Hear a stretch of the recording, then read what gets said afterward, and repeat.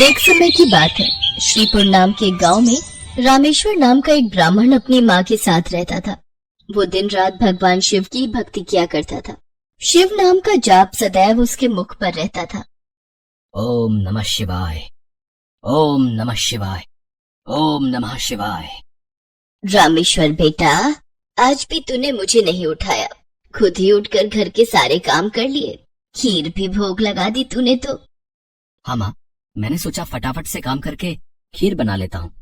शिवजी भी खीर के इंतजार में बैठे होंगे। ये लो, भोग की खीर खाकर बताओ कैसी बनी है। रामेश्वर बेटा, इस खीर को तू बचपन से शिव जी को खिलाता आ रहा है। जब तेरे बापू जिंदा थे तब वो प्रसाद की खीर खिलाते थे और उनके जाने के बाद तूने ये नियम बना लिया। तेरी खीर बहुत ही स्वादिष्ट बनती है बेटे, और मुझे पता है भगवान शिव भी तेरे हाथों की खीर खाने के इंतजार में रहते होंगे। तभी तो मैं सुबह जल्दी उठकर सबसे पहले खीर ही बनाता हूँ ताकि भगवान शिव को भोग लगा सकूं। रामेश्वर का नियम था रोजाना सुबह जल्दी उठकर घर के सारे काम निपटाना और फिर भगवान शिव के भोग के लिए खीर का प्रसाद बनाना। ये कार्य पहले उसके पिता करते थे और पिता के जाने के बाद शिव जी की सेवा और खीर भोग की पूरी जिम्मेदारी रामेश्वर ने उठा ली। रामेश्वर को विश्वास था कि भगवान शिव उसके द्वारा खिलाई गई खीर को रोजाना ही खाते हैं। इसी विश्वास पर वो रोजाना खीर का भोग लगाता था और अपने भक्त के द्वारा भोग लगाई गई खीर को कैलाश पर्वत पर विराजमान भगवान शिव बहुत चाव से खाते थे। स्वामी, क्या बात है, आपको तो आनंद ही आनंद है। आपके भक्त आपको प्रेम से इतने स्वादिष्ट व्यंजन खिलाते हैं और आपका भक्त रामेश्वर तो नियम के अनुसार आपको खीर का भोग लगाता है। लाइए, थोड़ी सी खीर मुझे भी दे दीजिए। रामेश्वर के हाथों की खीर बहुत ही स्वादिष्ट होती है। हाँ देवी पार्वती, रामेश्वर इतनी स्वादिष्ट खीर का भोग लगाता है कि मन प्रसन्न हो जाता है। तभी नंदी और समस्त शिवगण वहाँ जाते हैं। महादेव, ये लीजिए, हम भांग और धतूरा ले आए हैं। नंदी, अभी तो हम स्वादिष्ट खीर का आनंद ले रहे हैं। ऐसा करो, भांग और धतूरे को वहाँ छोटे पर्वत पर रख दो। हम कुछ समय के बाद उसे ग्रहण करेंगे। अरे नंदी महादेव तो हमारी ओर देख तक नहीं रहे। उनका सारा ध्यान तो रामेश्वर की बनाई हुई खीर पर है। ऐसे कब तक चलेगा नंदी? हाँ, मैं भी यही देख रहा हूँ। इतने प्रेम से हम भांग और धतूरा पीस कर लाए और महादेव ने हमें इसे रखने के लिए बोल दिया। अरे नहीं नहीं, ऐसी बात नहीं है। महादेव ने बोला है कि हम उसे वहाँ रख दें। वो कुछ देर बाद उसे ग्रहण करेंगे। महादेव रोजाना रामेश्वर की भोग लगाई हुई खीर को बहुत चाव से खाते हैं। नंदी, मैं तो कई बार सोचता हूँ कि रामेश्वर की खीर में ऐसा क्या है कि भोलेनाथ सबसे पहले उसकी भोग लगाई खीर को ही खाते हैं और फिर और किसी तरफ उनका ध्यान ही नहीं जाता। तभी तो हम भांग धतूरा लेकर आए और उन्होंने बिना देखे ही इसे रखने के लिए बोल दिया।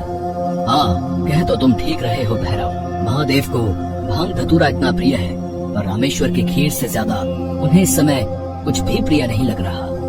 तो क्या किया जाए नंदी कि महादेव का ध्यान अपने भक्त रामेश्वर से हटकर हमारी ओर आ जाए? एक रास्ता है। नंदी ने सभी गणों के कान में कुछ कहा। उसके पश्चात सभी गण पृथ्वी लोक पर आ गए और सबने ब्राह्मण रूप ले लिया और सब लोग रामेश्वर के पास पहुँचे। रामेश्वर शिव जी को खीर का भोग लगाने के लिए बाजार से सामान खरीद रहा था। ब्राह्मण वेश में नंदी ने रामेश्वर से कहा, रामेश्वर, तुम हमें नहीं जानते पर हम तुम्हें बहुत अच्छे से जानते हैं। तुम भगवान शिव के भक्त हो और रोजाना उन्हें खीर का भोग लगाते हो। हाँ ब्राह्मण देव, आप तो सब कुछ जानते हैं। हाँ रामेश्वर, हम सब जानते हैं, इसीलिए तो हम तुम्हारे पास आए हैं। हमें पता है कि तुम महादेव के परम भक्त हो, पर तुम्हें पता है महादेव अब रोजाना खीर खाकर ऊब गए हैं। इसलिए अब तुम कुछ दिनों के लिए खीर का भोग रोक दो। तुम एक काम क्यों नहीं करते? तुम महादेव को सप्ताह में एक दिन खीर का भोग लगाया करो, जिससे महादेव को और अधिक स्वाद आएगा। अब महादेव को इतने सारे भक्त पूजते हैं। महादेव भी तो इतने सारे भक्तों के द्वारा दिए भोग को ग्रहण करते हैं। उनका पेट बहुत भर जाता है। अगर तुम उनको सप्ताह में एक दिन खीर का भोग लगाओगे तो उन्हें तुम्हारी खीर का इंतजार रहेगा और वो और अधिक आनंद से खीर खाएंगे। क्यों, हम सही कह रहे हैं ना? ये तो आप ठीक कह रहे हैं ब्राह्मण देव। इस विषय में तो मैंने कभी सोचा ही नहीं। अब मैं एक काम करता हूँ, मैं सप्ताह में एक दिन ही भगवान को खीर का भोग लगाया करूंगा ताकि वो और भी भक्तों का प्रसाद ग्रहण कर सके और फिर उन्हें मेरी खीर का बेसब्री से इंतजार रहे। भोला भाला रामेश्वर शिवगणों की बातों में आ गया शिवगण खुशी खुशी कैलाश वापस लौट आए। अब शिव जी रोजाना रामेश्वर की खीर का इंतजार करने लगे कि कब रामेश्वर उन्हें भोग लगाए और कब वो खीर का भोग खाए। पर कुछ दिनों तक रामेश्वर ने खीर का भोग बनाया ही नहीं, तो शिव जी को खीर कहाँ से मिलती।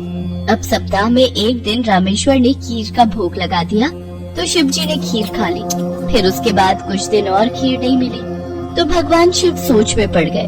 उन्होंने अपने नेत्र बंद किए और उन्हें सारी सच्चाई पता लग गई और भगवान शिव को गुस्सा आ गया। शिव जी को गुस्से में आया देख सभी गण उनके समक्ष हाथ जोड़कर खड़े हो गए।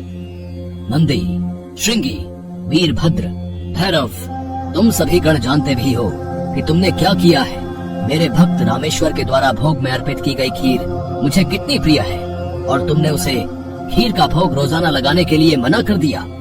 महादेव, हमें क्षमा कर दीजिए, हमसे भूल हो गई। महादेव, जब हम आपको खीर खाता हुआ देखते थे तो हम यही सोचते थे कि आप हमारी ओर ध्यान नहीं दे रहे हैं। अच्छा, तो ये कारण है, पर तुम सब ये नहीं जानते कि मेरा प्रेम अपने सभी भक्तों पर एक समान है। मैं भला तुम्हें कैसे भूल सकता हूँ? तुम तो मेरे हृदय में वास करते हो। तुम सब तो मेरी ही शक्तियों द्वारा उत्पन्न हुए हो। संसार में मेरा प्रत्येक भक्त मुझे एक समान प्रिय है और प्रत्येक भक्त के हृदय में मैं ही विद्यमान हूँ। इसलिए मेरा प्रेम कभी भी कम या ज्यादा नहीं हो सकता। माता पिता के लिए तो उनके सभी बच्चों में प्रेम एक समान होता है, फिर तुम ये भूल कैसे सकते हो? भगवान शिव की बातें सुनकर सभी शिवगण समझ गए कि उन्होंने कितनी बड़ी भूल कर दी। सचमुच महादेव का प्रेम तो अपने सभी भक्तों के लिए एक समान रहता है। इसके बाद सभी शिवगण फिर से एक बार रामेश्वर के पास गए।